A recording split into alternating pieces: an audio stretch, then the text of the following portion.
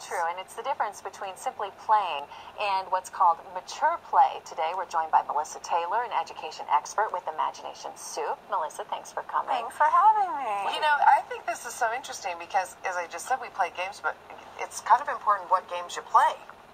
Well, and the quality of play, you know, when you're a baby, you play by yourself, and that's fine. And then you know, I remember probably with your kids too, the favorite toy is the keys. Yeah. You know? They make so sounds. the idea of that when you mature, you can play this back to basic sort of imaginative play, pirates in the backyard. It doesn't have to be with a toy. And here we've just come off of the holidays where kids have so many toys, and then they go back to like playing in the box. Yeah, You spend all exactly. this money, and then some of the most basic things are the best. And best it's toys. so important for them. It really is, because it builds thinking skills, problem-solving skills, and something that research is showing recently is it helping kids with self-control.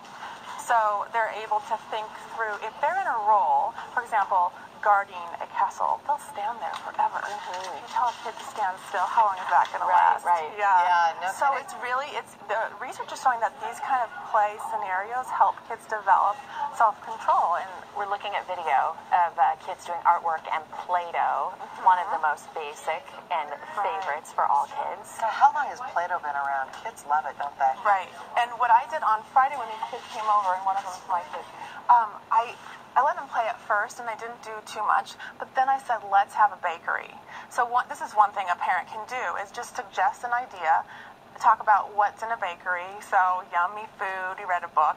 And then we had the kids get some props. So props are really fun. You don't have to have a baker's hat, but we did. Why not? and then they had the most fun playing bakery. Here's a little Look at your creation. cupcake. And they don't have to have sprinkles. We used what we had around. What Put it right here pom-poms. so they can see what it was. It was a cute little... Oh, okay, well, we're And not. if Chris were here, he could play. Or you could play. This also works during church, too. Good. But the wonderful thing is that the most basic things around, you can use this. I brought this as an example. So your basic scarf could be a dress, a swimming pool, a cape for Superman. Yeah. So really just allowing your kids some time to play like we used to play when we were kids. So it's imagination. It's not so much. Would you say then, you know, because right now we were talking about technology earlier and how there's so many things like the Wii and, you know, the computer on television, all those things. Is it better to get back to the basics, this kind of stuff where they have to use their imagination? Precisely. Yeah, because then the other thing, if they're reenacting Star Wars, they're not really thinking. But if they decide to get the garbage lid as a shield and become, you know, a fighting guy who's going to go in the backyard, and their language is different too, because they're interacting with each other and they're thinking of ahoy, matey, things that they wouldn't normally say in the bakery. How may I help you, ma'am? And So that's great. it helps with literacy skills.